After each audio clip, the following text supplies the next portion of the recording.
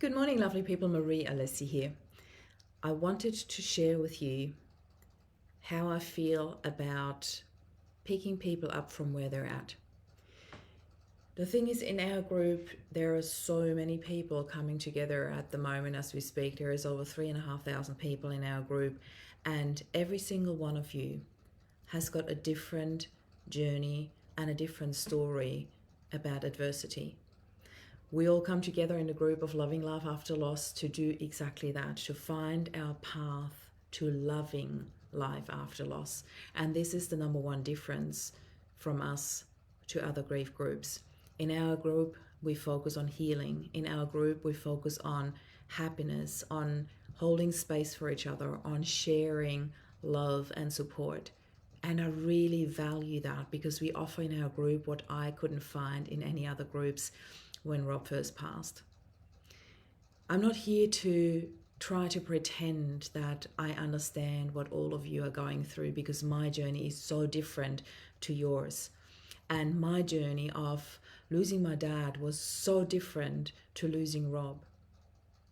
There are so many different stories.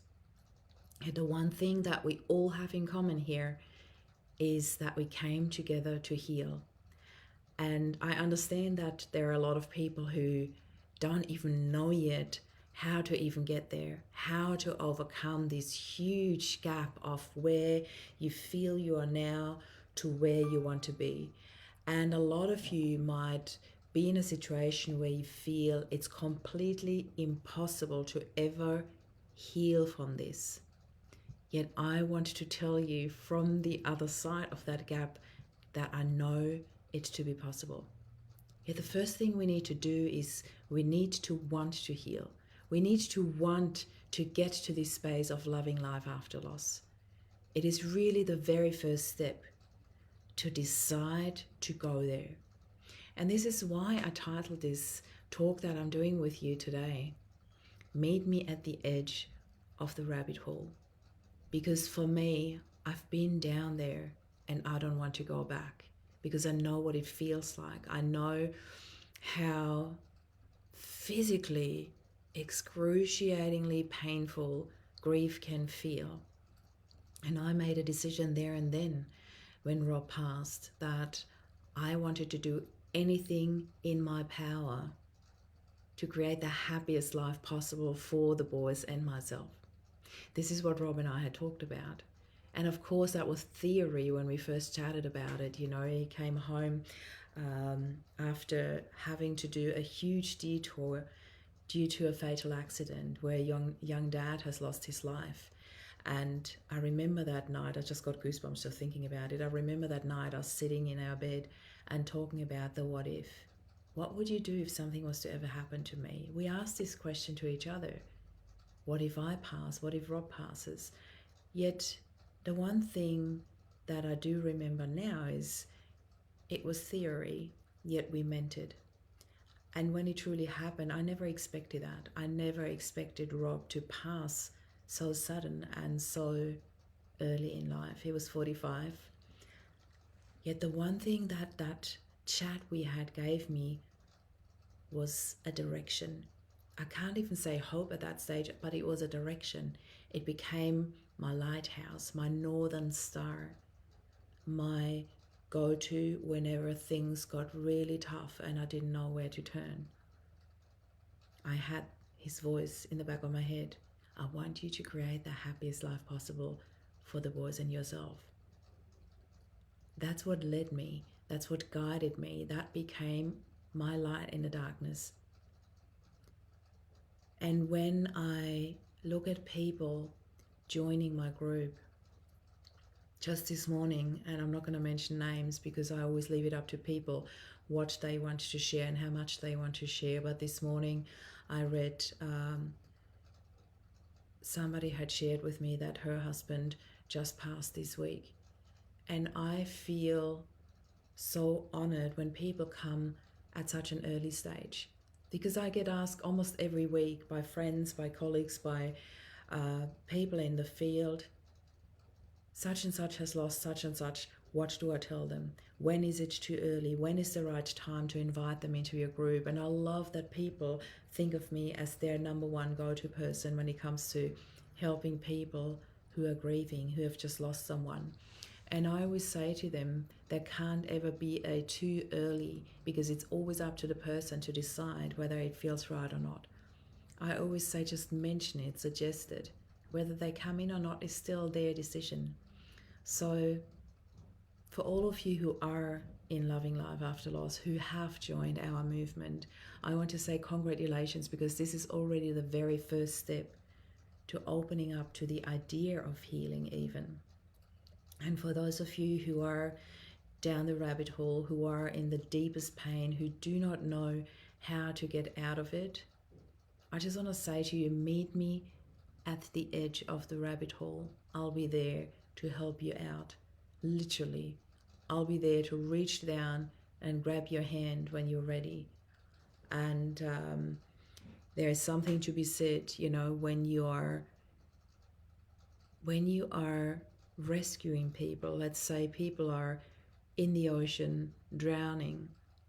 What is the first thing that you do before you rescue them? You make sure that you are safe, that you are strong enough, that you either have a buoy or a boat or a rope tied around you or some other floating device to keep you safe so you can help others. And with that being said, I want to share something really, really personal, because I have mentioned that a couple of times in the last few months, that the passing of my father-in-law had triggered quite a bit for us in the moment, but I could also feel the aftermath. I could feel that I felt a bit more frail on an emotional level. I felt anxiety coming back to me around the safety of my boys, and have I done the right thing by escaping into happiness, by making everything possible to create the happiest life for them?